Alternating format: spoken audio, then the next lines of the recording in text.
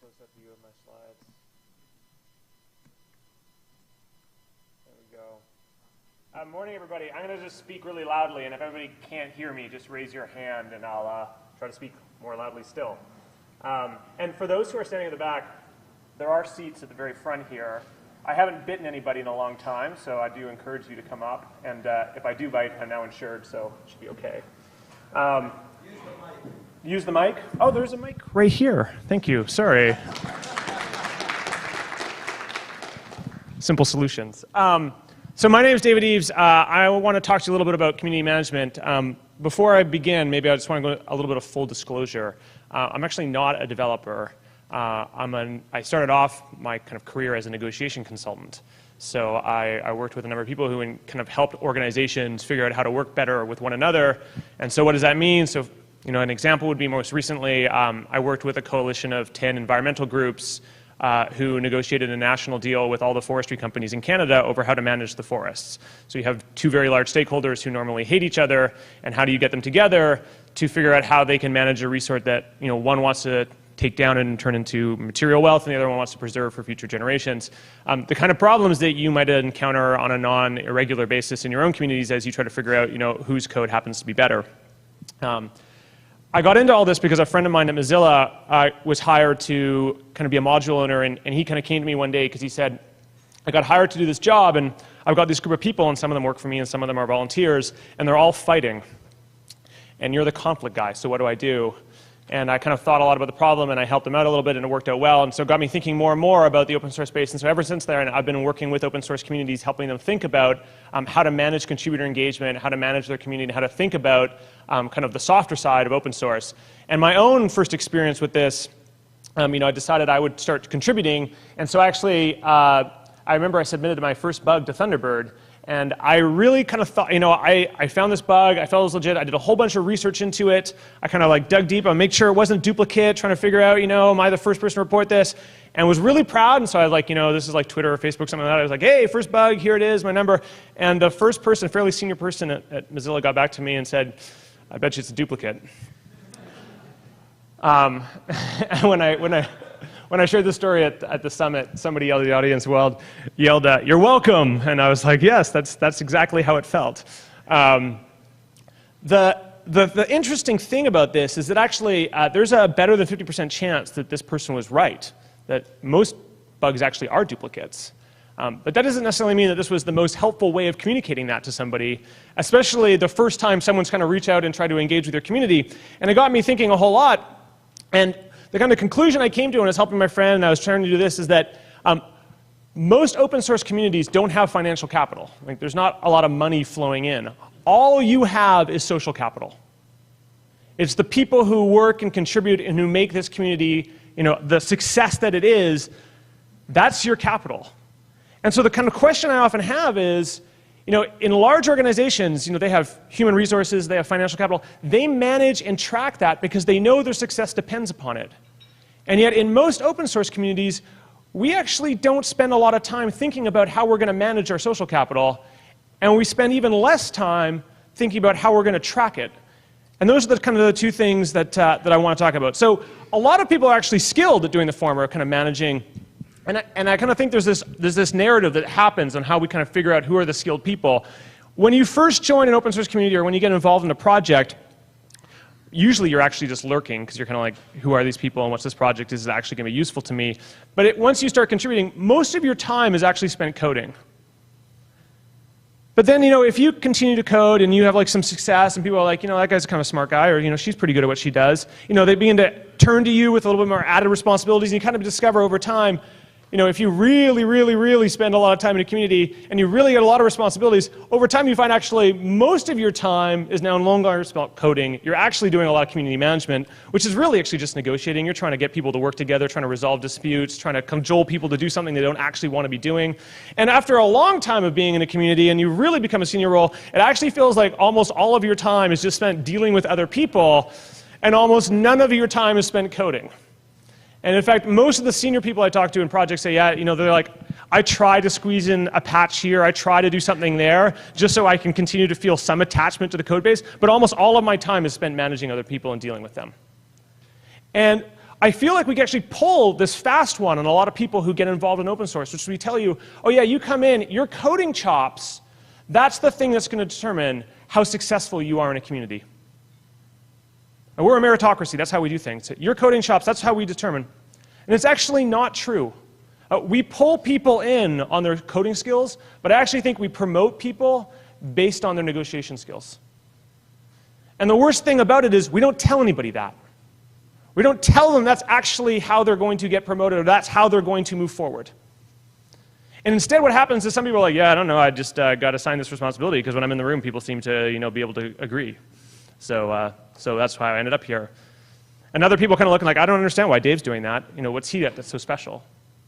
Well, we don't tell people. So one of the things I want to do today is kind of talk about some of the things that I've been trying to do to kind of demystifize this, talk about some of the other things that are going on, and talk about some of the things that we're not doing that I think we could be doing. So the other thing is while some people are good at managing, the other thing that we don't do, I think, a lot of is tracking what's going on. So I do a lot of work in the open gov space, working with governments. And this is data.gov, which is the White House's data site.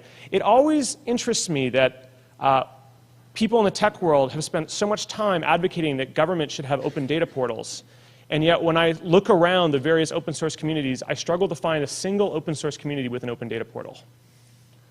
That we collect an enormous amount of data about who's contributing, how they're contributing, what's going on in our communities, and yet we make that data sometimes highly inaccessible and sometimes accessible to a few number of people who know how to go and get it. But if the logic of the tech world to the government has been, well, if you make data available, people will use it, they'll build better tools, they'll do interesting things with it, well, where's that logic been in our own communities? Why aren't we tracking who we are, what we're doing, and what we're engaged in so that our developers can build tools to make our communities run more effectively and make them run better? So I want to talk a little bit about that. All of this is kind of for me to say is Jono Bacon, who I'm sure everybody in the room knows, has a wonderful book called The Art of Community. At OSCON this year, he talked about how he thinks we're in the renaissance of community management and that he thinks we're going to the next step. And he talked about the science of community management. And I believe that we're actually already here. That there is a science of community management. That we actually have knowledge, skills, and tools and data to manage ourselves in a much more rigorous way than simply kind of like, we don't know how that guy got promoted, or we don't know why that guy's successful. And so those are the kind of three things I want to share. The first is about skills that I think are essential for good community management. The second is thinking about design and how we architect our communities and how we architect our software to reduce transaction costs. And the third is how we can use data. So the first is on better skills. Saw this tweet the other day, and a friend forwarded it to me, and it kind of made me laugh because I think this is not just true of open source, it's actually true of almost all parts of our lives. It's like, nobody wakes up in the morning and says, yes, I am the real idiot. No, most people wake up and they go, yeah, I've got great ideas. I just wish the rest of the world recognized how great my ideas were. And nothing hits that, nothing forces you to kind of confront that reality like a good open source community where, let's say, the discussion is really vibrant, where people are keen to tell you that they don't think that your ideas are good. And what I find often interesting is when I look at the discussion that takes place, you can sometimes kind of see that there's a debate, kind of people are basically saying, I want you to do what I'm telling you to do, and if you don't, the alternative, I'm going to go do something else. I'm going to go spend my time elsewhere. I'm not going to help you out. And this is a very extreme version of dispute, but these are the types of disputes that I get called into, which is I want you to commit to what I'm telling you to do, or I'm going to go walk away and I'm going to do my own thing. And what I want to kind of say is, while I think that's a fairly extreme version of disputes, and not always going on, there is actually a code for understanding collaboration and negotiation. I want to walk you through kind of like negotiation theory 101 in 45 seconds. So the first thing is that unlike what most people think of negotiation, having your position is not the most important thing. Everybody says, what's your negotiation position? What I'm much more interested in is understanding what your interests are. What are the things that are motivating you? What are the concerns you have? So if you haven't read, there's a wonderful book called Getting to Yes. If you haven't read it, there's a great little story that kind of talks about the difference between interests and positions. So imagine that you have two kids, you're upstairs, you're watching Lost, or whatever your favorite show is, and your two kids, they're arguing. And so you go down, they're in the kitchen, and they're arguing over an orange. So you look at them, and you grab a knife, and you think about it. And you grab the orange, and you slice the orange in half, and you give half the orange to each kid. So what are the kids' positions right now? What's their position? What's their negotiating position? Anyone have thoughts? I want an orange. I want an orange, right? Yeah, exactly. I want an orange, right? So you give half the orange to each kid. That is like the most equitable way that you could resolve that dispute. I mean, the one way I think you can make it more equitable is maybe you have one kid slice the orange, the other kid choose, because you might not actually slice the orange perfectly down the middle, and that will be a metaphor of your love for that child, and like they will hold it against you for the next 5 years. Parents in the room know what I'm talking about. So maybe one slices, the other chooses, which is what Captain Cook did when they were like, they got mutiny and kicked off, to ensure that everybody felt like it was very, very fair. But if you wanted to know what was motivating those kids, what their actual underlying interests are, there is one question you could have asked, which is why? Why do you want the orange? And one kid might have said something like, oh, well, you know, I'm thirsty, I'm vitamin C deficient, I'm hungry, and, you know, they just wanted the fruit. And the other kid might have told you, oh, actually, you know, I've got this party, this happened this weekend, it's an orange theme, and I need the zest from the peel to bake this cake. Because maybe the two kids run off with half their orange, and one peels it, takes the fruit, eats it, throws the peel away, the other one peels it, takes the fruit, throws it away, grabs the peel, and starts grating it because they need that zest. If you just asked the question why, you could have made the deal 100% better for each child. And what I often find in open source communities is, I see these big streams in Bugzilla or on GitHub or on whatever, and no one ever asks the question why. They just say, this is what we should do. So we're all locked in our positions advocating what we want to do, and we very rarely are actually trying to figure out what other people's interests are. Because once you figure out those interests, then you can begin to design options that would satisfy, hey, these are my concerns, those are your concerns. How can we best meld those together to figure out which one makes the most sense? And we might even look at standards of legitimacy, see what other people have done to solve this problem. Maybe there's a framework out there, or there's criteria that we might use to evaluate that. And all of that, that's what good problem solving looks like.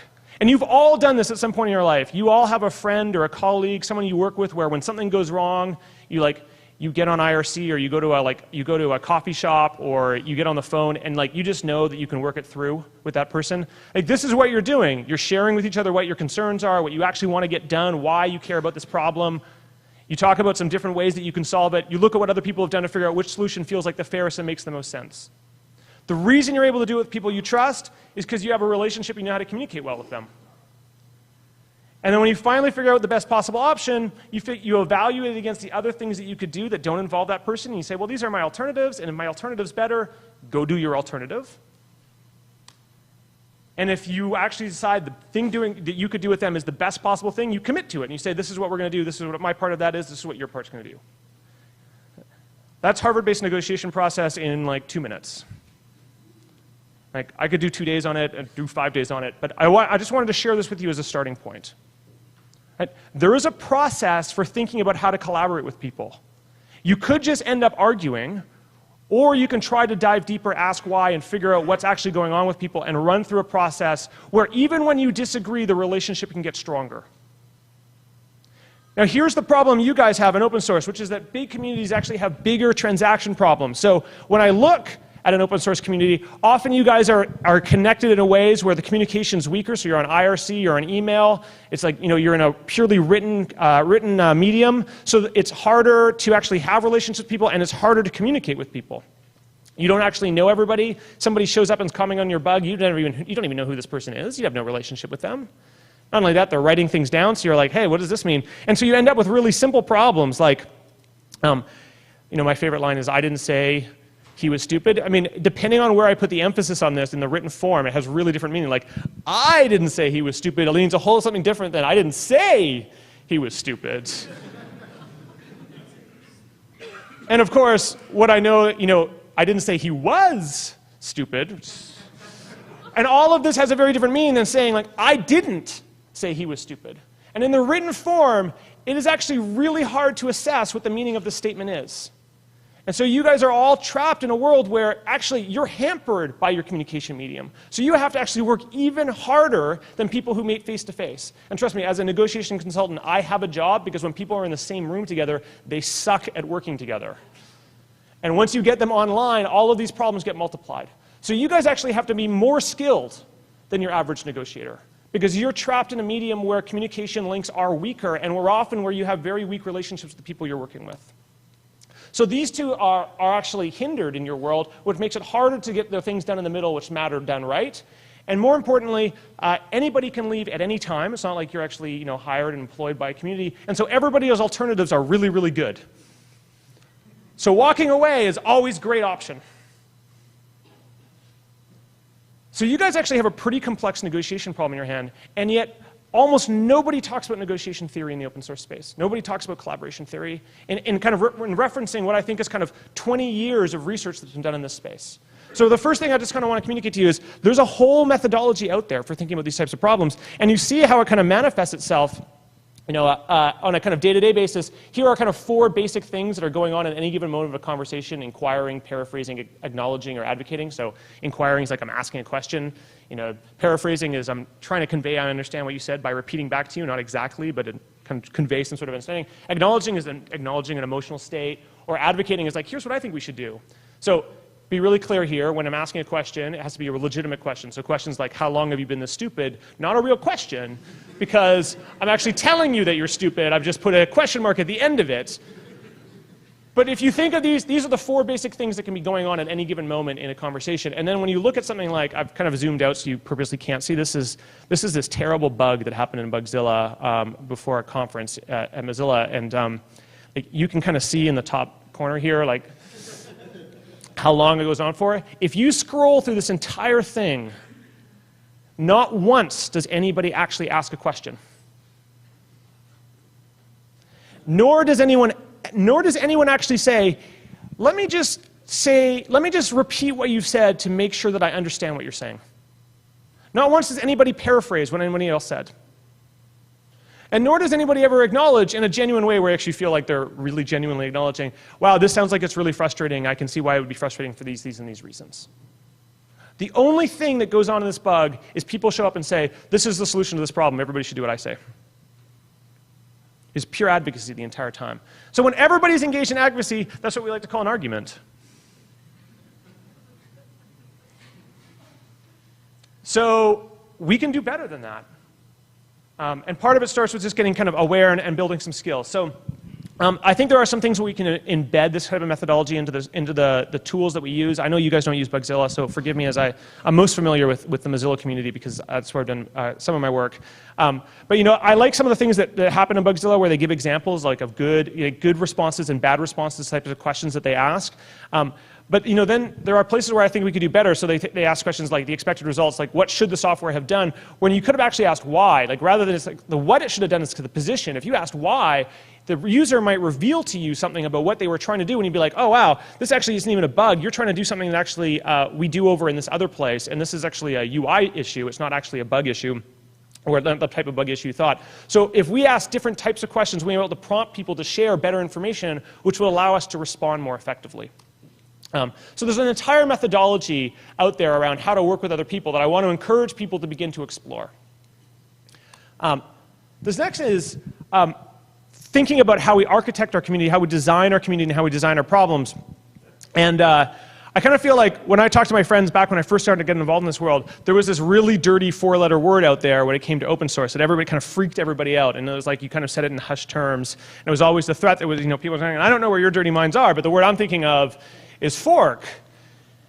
And it used to be that the fork word was like the big threat in the open source space. It was the thing that kind of kept us all accountable because, people fork, that's a big deal. And I wrote, the thing that I think's the big lesson for me in open source is we got to always empower the user, because it's the individual user who drives the community. And the thing that I think's kind of been really interesting is that GitHub actually showed us that forking, what didn't kill open source, it saved open source. GitHub allows everybody, anytime, anywhere, to essentially fork a project. So they can run away and work on it and innovate on it and figure out what cool and interesting thing they can do. And they don't need anybody's permission. They can just go do it. And so it kind of empowered the lone contributor, and I think it kind of turbocharged innovation. And what it did is it took a whole set of what I call collaboration problems and made them cooperation problems. And so when I'm thinking about design, this is the main axis I want you to be thinking about. Collaboration is when you have like Hegelian thesis and antithesis coming together, and you and I, we've got to work together, and something new that neither one of us could have imagined is going to emerge out of that process. It's a wonderful and beautiful thing, don't get me wrong. And as a negotiation consultant, my livelihood depends upon it. It's also really high transaction cost, really time consuming, and really painful. Cooperation, which is what I think the genius of open source is, like all my friends in the Gov space are like, open source is so great, everybody's collaborating all the time. I'm like, no, they're not. The genius of open source is that you architected the problem so that I could come up and grab a small chunk of it and I could go away and work on my own on a solution to it and bring it back and plug it back into the hole and it would work. It's that you didn't need to work together. That's what made open source work. Because if you all had to work together, you wouldn't be here and this project would not exist because none of you would agree about anything. Like, that's the genius of open source. And so for me, we always want to be architecting for cooperation and architecting away from collaboration. So if like I think of like there's like a working together stack, and at the top of it is like the complex collaboration, and our job is to push stuff down the stack as fast as we possibly can. So the kind of the big example I always have in my head around this is again, not to be, it's because I know these guys the best, but is in Firefox. It was the advent of add-ons. It was before add-ons, like every single feature had to be negotiated with some module owner somewhere and potentially put into the trunk, and it was like really painful and difficult. And the genius of add-ons is it turned a collaboration problem into a cooperation problem. Now as an add-on developer, I didn't need anybody's permission to build something. There were some guidelines I had to follow, but then I could go build my feature and I could deploy it and I could just do it however I wanted, and nobody had to say yes to me. So we took a huge number of collaboration problems and destroyed them, made them cooperation problems. And I want you to be thinking about how you architect your software, but also how you architect your community. How are you transferring collaboration problems into cooperation problems? And of course, once you do that, you're going to get a whole new set of problems. So for example, this is the plugin check-in page at Mozilla's homepage, right? So you go here and it like tells you like what's out of date. You can notice that my Java applet is out of date, but that's because Apple won't let me update it. So I blame them. So this is kind of interesting, but one of the things that happened a couple months ago is, I'll not share that slide yet, sorry, was Mozilla did a whole competition around their kind of user in data. They had a whole bunch of anonymized user data, and they asked people to kind of like analyze it and share something interesting. And a lot of it I thought was not particularly interesting, but there was one that was, and it was memory plugin usage.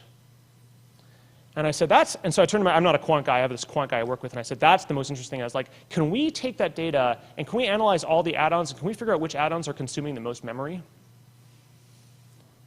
Because, Firefox was having some performance issues, and we had a hypothesis that actually there were certain add-ons that were slowing the performance down. And so what we did is we were able to look at it. So we couldn't do it for the big ones because we had to find browsers where everybody had the add-on except for one, and then someone else who had all the same add-ons except for that one, and we could look at it a couple different times and average it out. But we actually did we were able to show how much memory different plugins were using, and we visualized it. But then I did this mock-up, and I said, this is actually how we need to share that information, because we need to show the user how much memory is being consumed by their add-on. Because right now, it was great that we moved all these collaboration problems to cooperation problems, but what we did is we made like developers lazy, because they're like, well, if my user sucks and needs a lot of memory, it's like not me who pays the price. And you actually have, if a lot of different developers do that, they could all be sucking up a whole bunch of memory. And in fact, I believe there was one Google add-on that did nothing that was apparent, but did eat up 100 megs of RAM.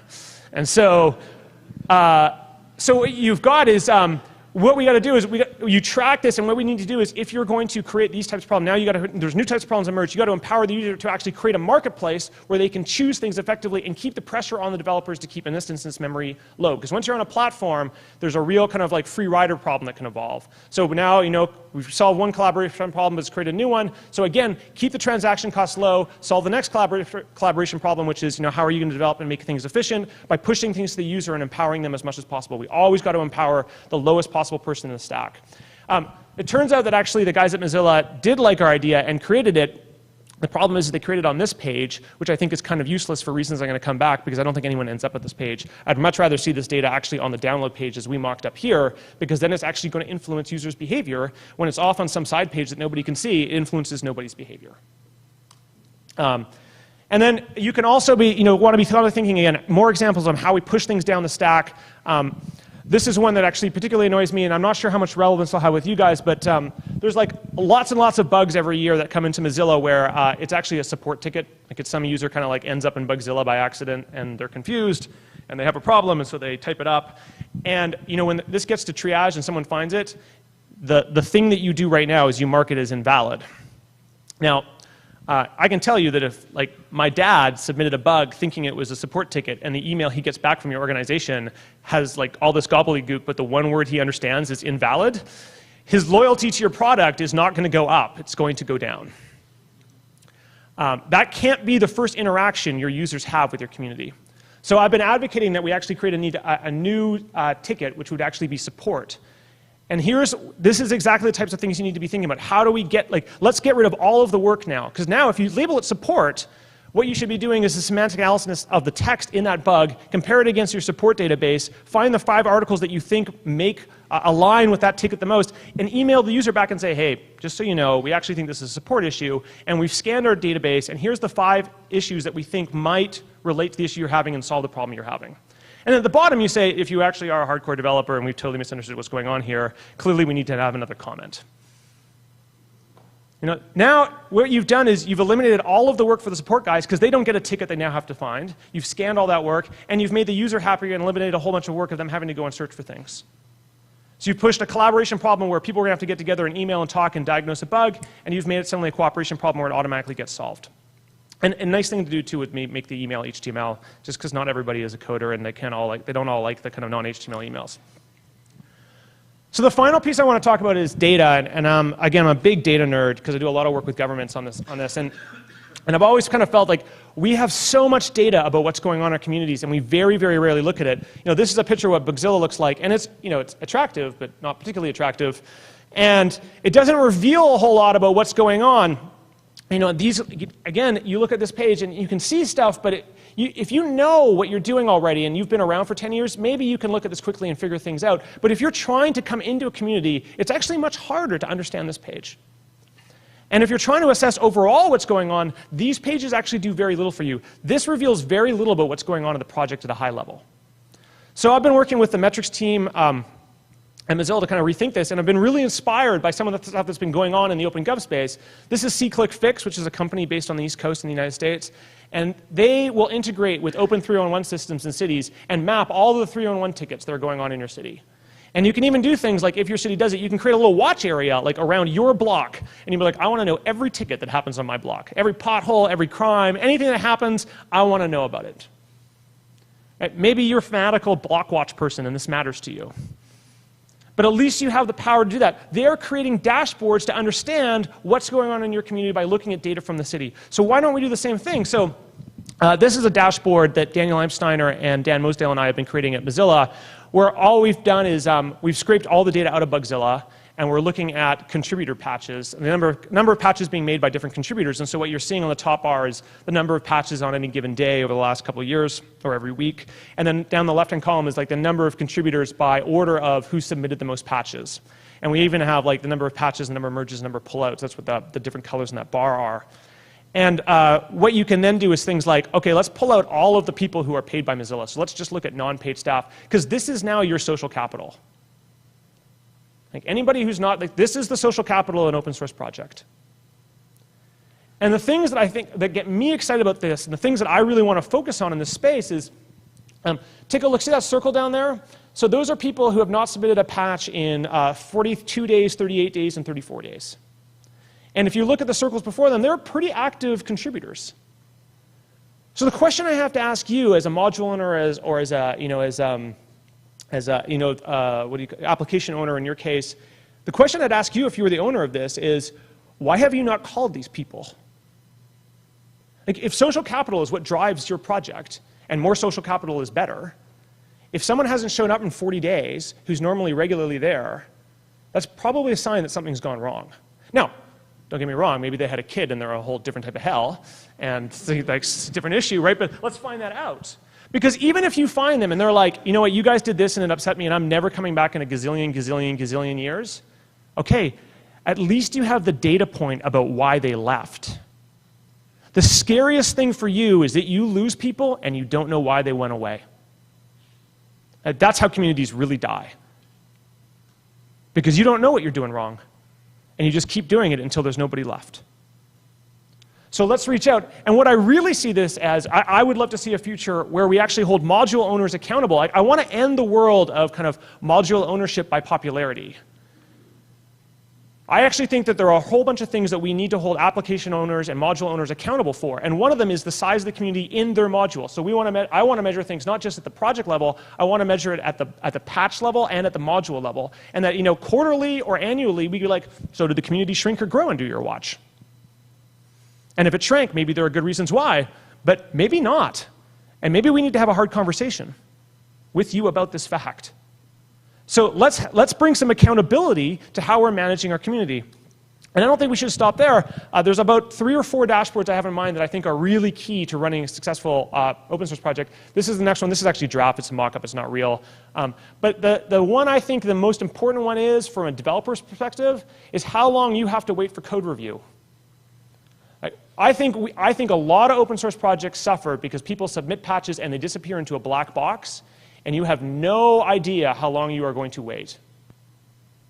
And I think at the project level, at the module level, at the bug submitter level, and at the bug reviewer level, you need to have dashboards that show what the average wait time is for each of those. Because again, now we can begin to hold module owners account. Hey, here's the average wait time for your module for code review. Why is it 40%, 200% higher than this other module? There's 2 things here. One is, the great news is you should go talk to that person because they're probably doing something that could allow you to radically improve timelines in your own module. And maybe we can even compare you. One of the things I'd love to do is actually figure out structured data for this across all communities. So maybe we won't just compare you across other modules into Django. We'll actually compare you across all modules in all open source communities. Let's really think about performance across the open source sector. And then I can think of maybe there's a support one where we're measuring how fast people get back to support requests, a triage one where we look at how quickly a bug gets touched and how quickly it gets filed, and a blocker bug, like what are the bugs that are kind of blocking progress for the next release, who owns them and what's going on and what's being done about them. And then even on the more social side, I love these sites on the Drupal website. Every single module in Drupal has its own site where it tells you who are the owners of that site, and then you can immediately just search within that module. Then it gives you some basic stats. I think they could be doing a whole lot more sexy things with it, but some basic stats about that module.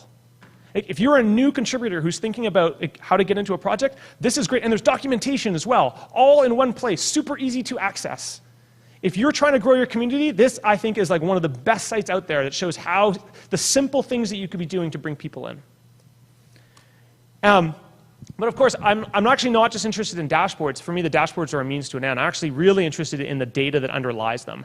And for me, the great example of this comes out of the open government space. This is the terrible website of Vancouver Coastal Health. I'm from Vancouver, British Columbia. And this is where you go if you want to find out what, and they give you this wonderful disclaimer, this is our data about restaurants that have been reviewed, but don't really trust our data. And then you go and search, right, and then you find the restaurant. And then they have this kind of very opaque system for telling you, it was reviewed and re-reviewed and things like inspected and re-inspected is the language they use, which I think code means if you get re-inspected, it actually means you kind of probably didn't do well in the first inspection. But again, it's totally opaque to me. So the real problem I have with this is that the only time you go to this website is after you've been food poisoned. Because you want to go, you're like, I just got food poisoned. Did these chumps do it before?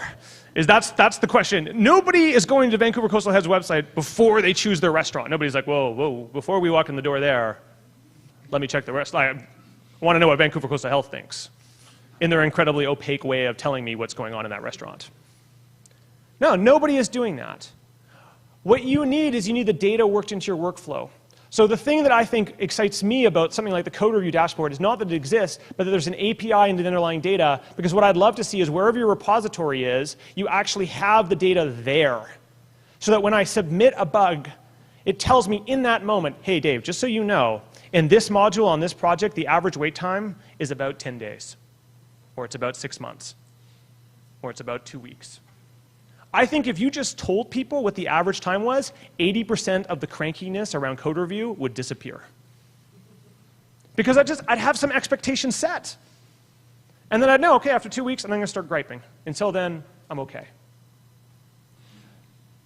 But more importantly, if you unleash it all, people would create their own tools. They would figure out ways to manage the community that are helpful to them. Module owners would create their own ways for managing what's going on in their own module. Users would figure out tools to help them figure out, where should they deploy their time, what's going on with the patches they care about, what's going on with the features they care about. Just like in Vancouver, we went and scraped all the data and we mapped it. Now, again, no one's going to go to this website. It's got the same problems, but at least someone's trying to do something interesting. And so what you can eventually get to is people actually working the data into your workflow. This is my favorite one in New York, which is when you check into a restaurant, if it has a bad restaurant review from the city, they send you an SMS message saying, hey, just so you know, the place you just sat down, not so good. But it's smart, right? It's in your workflow. It's like it's there for you. You don't have to go to some website, right? The data comes to you. This is what we got to be striving for. Empowering users with the data in the place that they need it.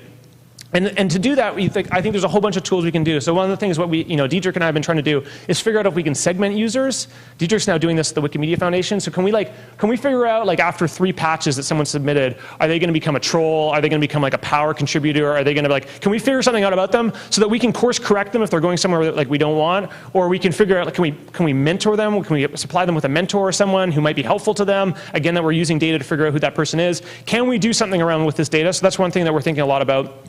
The other is some interesting tools that we've worked on. This Jetpack add-on sadly no longer works because they changed Jetpack, but we're trying to get it to work again. Hard when neither one of you are really good developers. But what we do is we know some things about bugs, at least in Bugzilla for Firefox, and we know about who's contributing. And so we can actually predict the likelihood of a bug getting patched based on what's going on in that bug.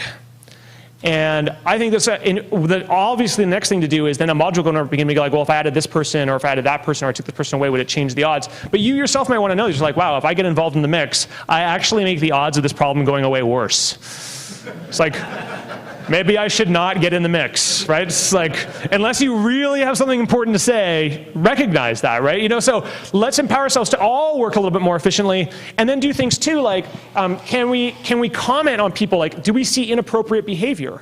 Because when we see inappropriate behavior, I think there needs to be some mechanism to flag it. And again, I think it's the module owner's responsibility to chase down people who on a regular basis are behaving inappropriately. Because it's the module owner who has to create the safe space in which the community takes place. That's part of it. Their responsibility is not just the code. It's the social infrastructure which makes the code possible. And if someone's truly behaving badly, after time, you might have to ask them to leave. They could negatively be impacting the social growth of your capital. And then I think there's some simple things we can do that I think are fun, this is my thing. I just think that when somebody's new, we should say that they're new, because then we could help mentor them. Or if I say something dumb in your community, which it would be truly inevitable, somebody would not actually come down and say, you're an idiot. Somebody would say, hey, Dave, I actually think you misunderstood this. And they would know that because I'm new. Or maybe even English as a second language. If you have a huge Chinese user base, maybe it would be nice in whatever your repo is or whatever you're using to track bugs to mark people as English as a second language. You might be more forgiving to them if there was a bunch of typos or they did something wrong or they explained something poorly. You might be more quick to go to acknowledgement or paraphrasing or inquiry rather than just simply telling somebody how they're wrong and how the problem should be solved. So for me, I actually think there is a science to community management, and part of it's based on negotiation skills, of which there's a very rich methodology, and part of it, there's a whole wealth of data that we actually have about ourselves that we're not making available to our contributors and that we're not even thinking about using that can help us find where are the places in our community where we're running slow, where are the places where we could grow faster, and what are the things that we could do to make everybody's lives a little bit easier. So I really want to push people to think about, how can they skill themselves up, and how can they tap into the data of their community and make tools available to end users so that we can radically improve how open source software works. That's kind of my main message from today. So again, my name's David Eaves, and I blog on this stuff occasionally at eaves.ca, and my Twitter handle is DAEaves, and I think we may have time for questions, and if not, I'll be hanging around for a little bit. So thank you so much.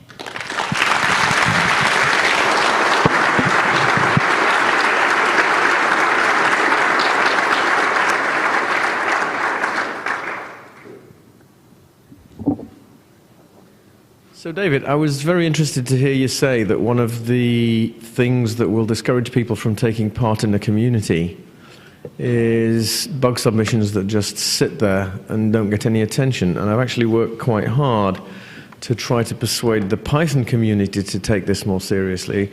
And also Jesse Nola has introduced a mentoring scheme so that there's a separate list. Before you become a Python developer, you can go to the mentor list, and it's understood there that whatever kind of stupid questions you may ask, they will be treated as real questions and sensible questions, and they'll get answers.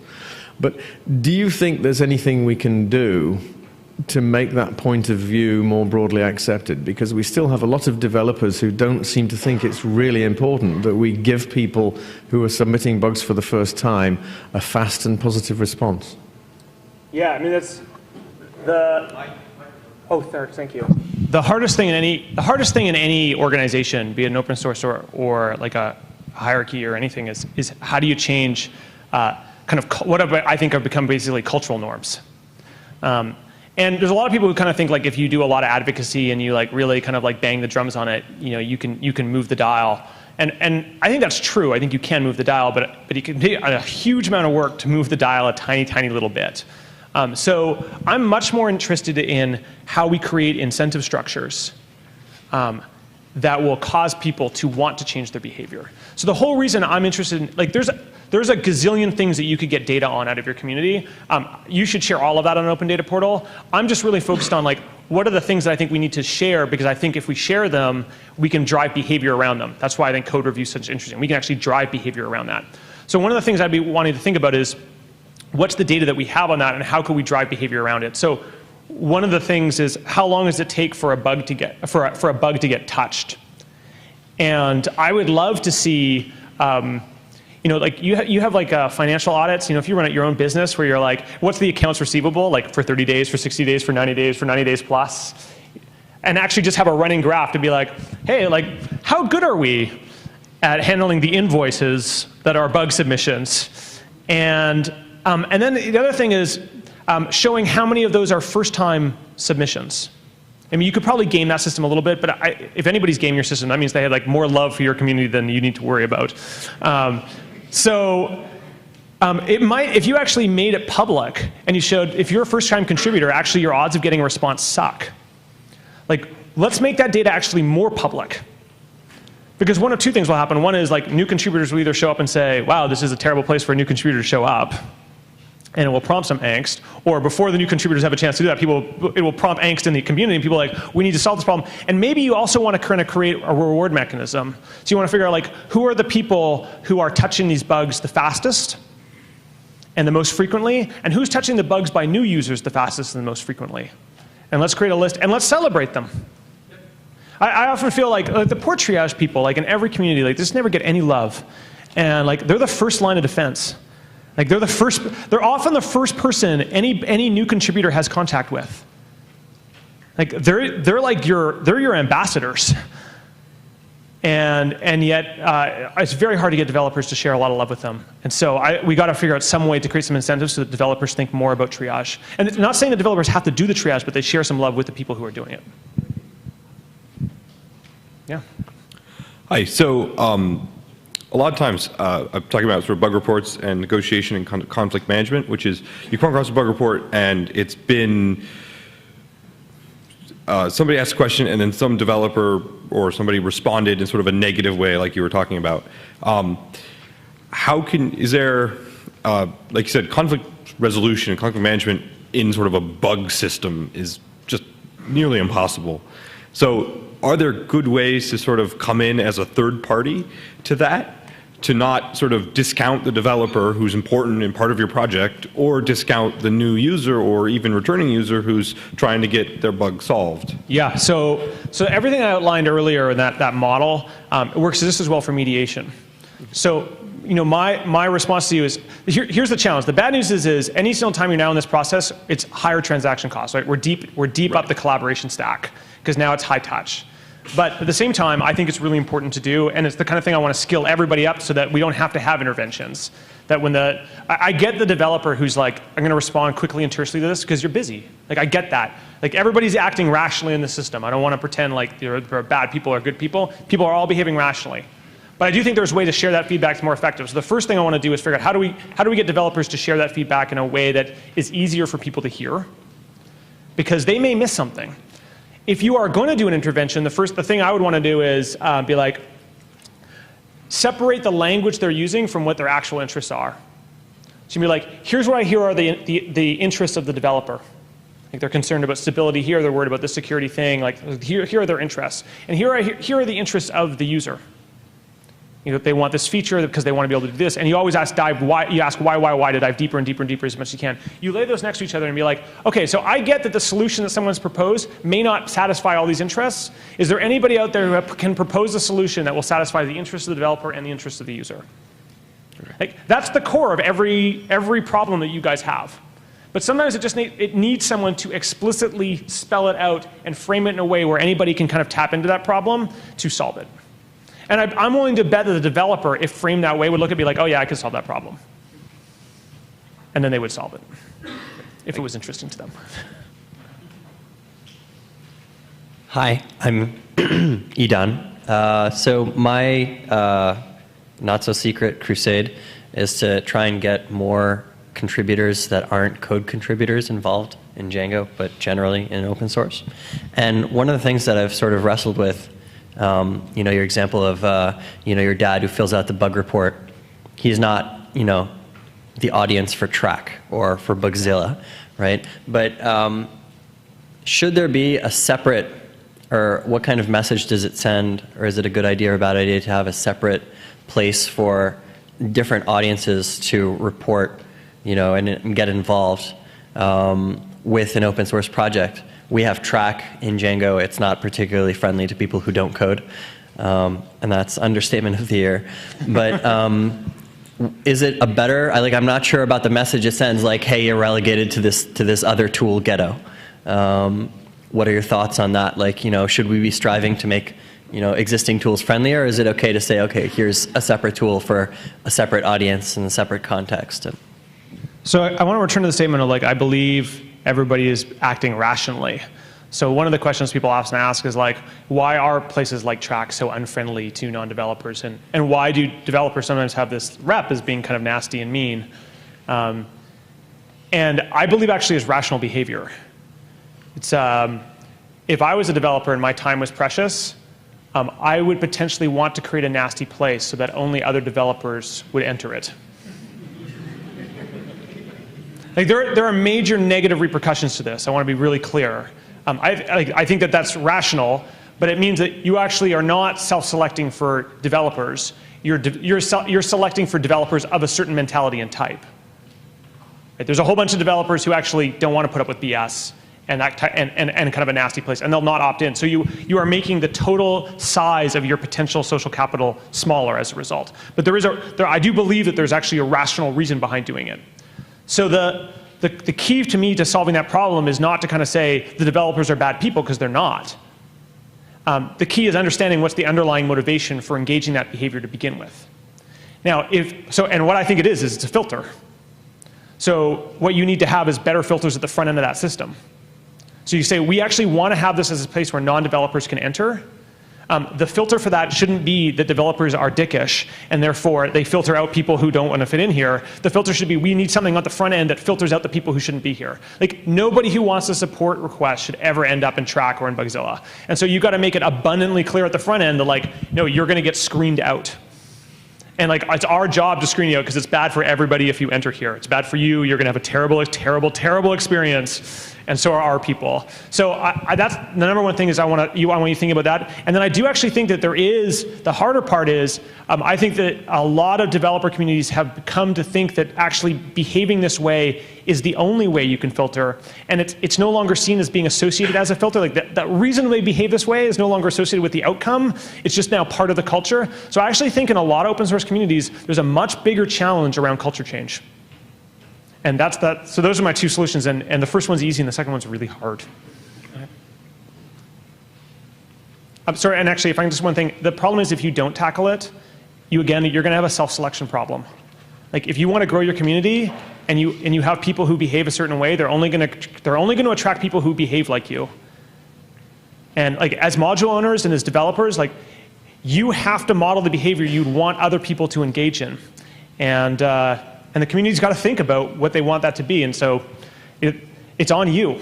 Like, every day, Anyone who's a module owner, they're setting the norms and the rules for that community about how people should treat one another and how they should behave. So if you yell at somebody, you're telling everybody else in the world, in this community, it's okay to yell at somebody. So every single day, you're setting the norms. So that's why the module owners are actually the most important people in the development process, because they're setting those norms all the time. Sorry to add that.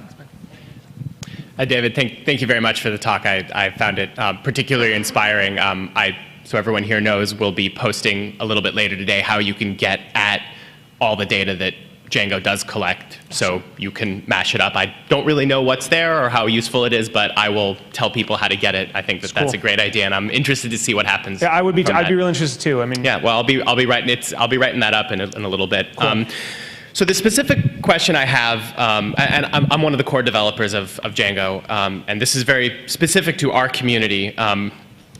So we differ from Mozilla in a number of ways, but in the biggest one being that there are no Django employees. There is nobody who gets paid to work on Django other than those who are lucky enough to have their employers let them spend a little time here and there. And so you had the example on your dashboard of showing the paid versus non-paid Mozilla employees. Well, we don't have any of that first category. And so what that means is that